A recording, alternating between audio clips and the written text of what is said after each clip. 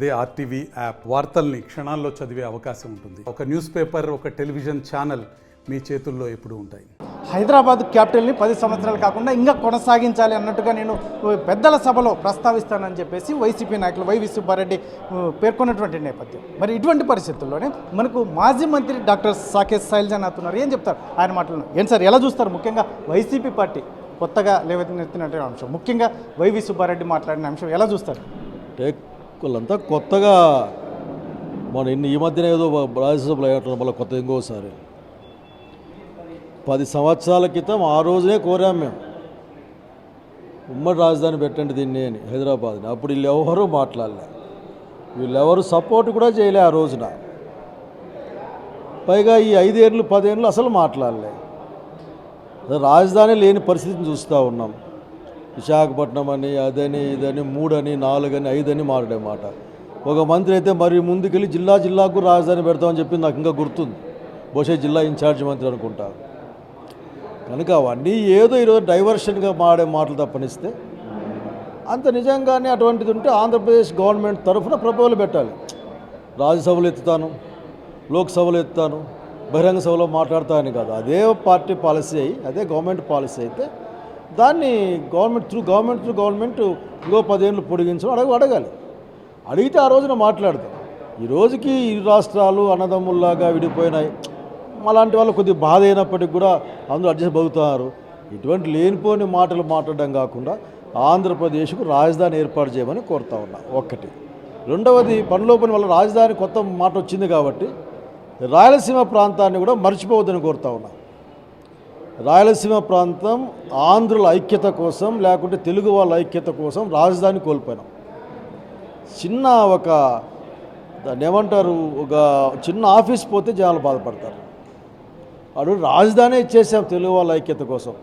కనీసం అందరికీ అందుబాటులో విజయవాడ ప్రాంతంలో రాజధాని ఉన్నా, రాయలసీమ ప్రాంతంలో కూడా ఒక రాజధాని శాఖ అంటే అసెంబ్లీ, ఒక కర్ణాటక లాగా ఒక సెషన్ జరిగే విధంగా, ఆ విధంగా ఒకటి ఏర్పాటు చేయాల్సిన అవసరం ఉంది. కనుక రాజధానిని ఇప్పటికైనా దృష్టిలో పెట్టుకున్నప్పుడు రాయలసీమ దృష్టిలో పెట్టుకోవాలి. పోగొట్టుకున్న వాళ్ళు ఇందులో హాటం ఏం లేదు. సార్, ఒక విషయం సార్, ప్రధానంగా ముఖ్యంగా గత ఎన్నికల ముందు ఏదైతే ఉందో అమరావతి రాజధానిగా కొనసాగిస్తామని చెప్పిన నేపథ్యం, మరి అధికారంలోకి వచ్చిన తర్వాత 3 రాజధానులు అన్నారు.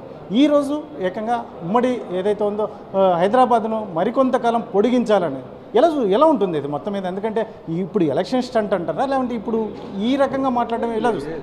ఇదేం అటువంటిది ఎలక్షన్ అని అట్లా అనుకుంటాలే. నేనేమి ఏదో మాట్లాడడం అంతే, ఊరికనే మాట్లాడుతున్నాం. ఆ రోజు అసలు నాకు బాగా గుర్తు, అసెంబ్లీలో మాలాంటి వాళ్ళం వింటూ ఉన్నాం.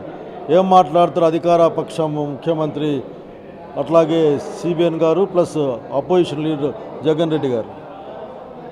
ఆయనేమో ప్రకటించాడు విజయవాడ రాజధాని, అమరావతి రాజధాని ప్రకటన. ఈయన మేము దాన్ని స్వాగతిస్తూ ఉన్నాం, ఆహ్వానిస్తున్నామని 3 సార్లు చెప్పాడు. మళ్ళీ ఎక్కడ ఇబ్బందులు వచ్చాయో నాకేం తెలియదు, కానీ రాయలసీమ ప్రాంత వాసిగా చెప్తా ఉన్నా. అట్లాగే ఆంధ్రప్రదేశ్ రాష్ట్రానికి రాజధాని లేక నవ్వులపాలే వాళ్ళు చెప్తా ఉన్నాం. ఏదైతే అందరికీ అందుబాటులో రాజధాని ఉంచడం ఎవరికి అందరికీ మంచిది. రెండవది, రాయలసీమ ప్రాంతాన్ని గురించి గట్టిగా ఆలోచించమని మరొకసారి కోరుతా ఉన్నాం. సార్, మరొక అంశం, ఈ నెల 18వ తేదీ అనంతపురం జిల్లాలో ముఖ్యమంత్రి పర్యటన సందర్భంగా మేనిఫెస్టోని, అద్భుతమైన మేనిఫెస్టోని జగన్మోహన్ రెడ్డి గారు స్వయంగా వెల్లడిస్తారని చెప్పేసి వైసీపీ నాయకులు చెప్తున్నారు. ఎలా ఉంటుంది సార్?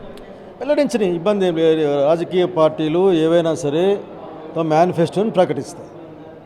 నా కోరిక ఒక్కటే, ఆ మేనిఫెస్టోలో రాయలసీమ యొక్క షేర్ ఏంది, మన జిల్లా అనంతపురం షేర్ ఏంది, రాయలసీమ నీటి అవసరాలు ఎట్లా తీరుస్తారు, రాయలసీమ నిరుద్యోగ సమస్యను ఏ విధంగా అరికడతారు, రాయలసీమను పారిశ్రామికంగా ఎట్లా డెవలప్ చేస్తారు.